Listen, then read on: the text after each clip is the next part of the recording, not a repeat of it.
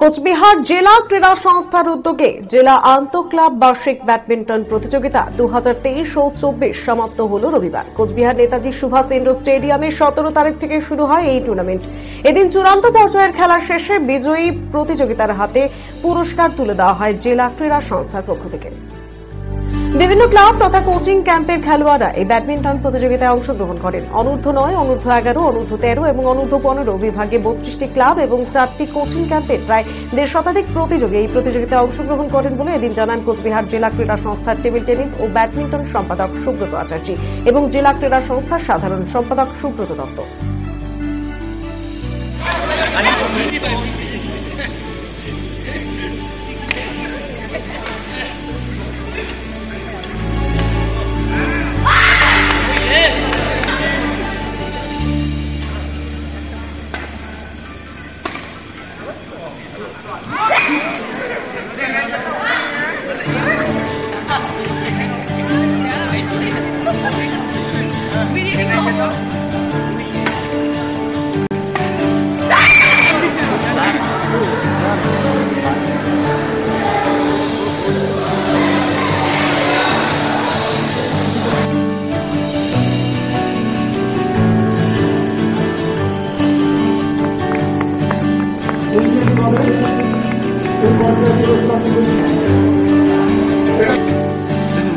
কোচবিহারের ব্যাপারে ডিএসএ সর্বদাই একটা অগ্রণী ভূমিকা নিয়ে থাকে।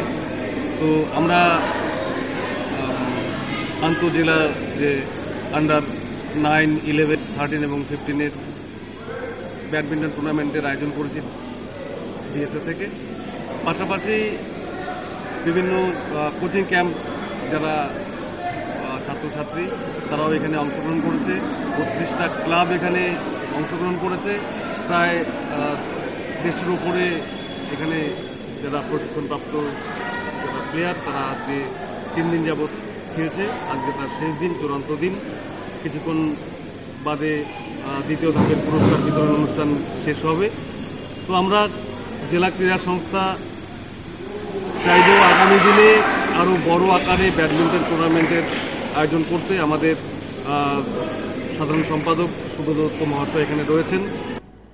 আমাদের এখানে প্রতি বছরের মতো এবছরও আমরা গত 17 তারিখ থেকে আজকে 19 তারিখ 3 দিন ব্যাপী আমরা জেলা আন্তঃক্লাব ব্যাডমিন্টন প্রতিযোগিতা শুরু করেছি। এখানে আমাদের 4টা কোচিং ক্যাম্পও খেলছে। মহারাজা জিতেন্দ্রনারায়ণ ক্লাব কোচিং ক্যাম্প, মাথাভাঙার একটি কোচিং ক্যাম্প, ডিএসএর কোচিং ক্যাম্প এবং lucky foundation coaching camp Hazrapara. এই 4টা ক্লাবের থেকে অনূর্ধ্ব 12, 9, 11, 13 এবং 15 বছর বয়সী ছেলে এবং মেয়েরা খেলেছে বিভিন্ন পর্যায়ে। তাদের খেলাগুলো শেষ হয়ে গেছে ইতিমধ্যেই।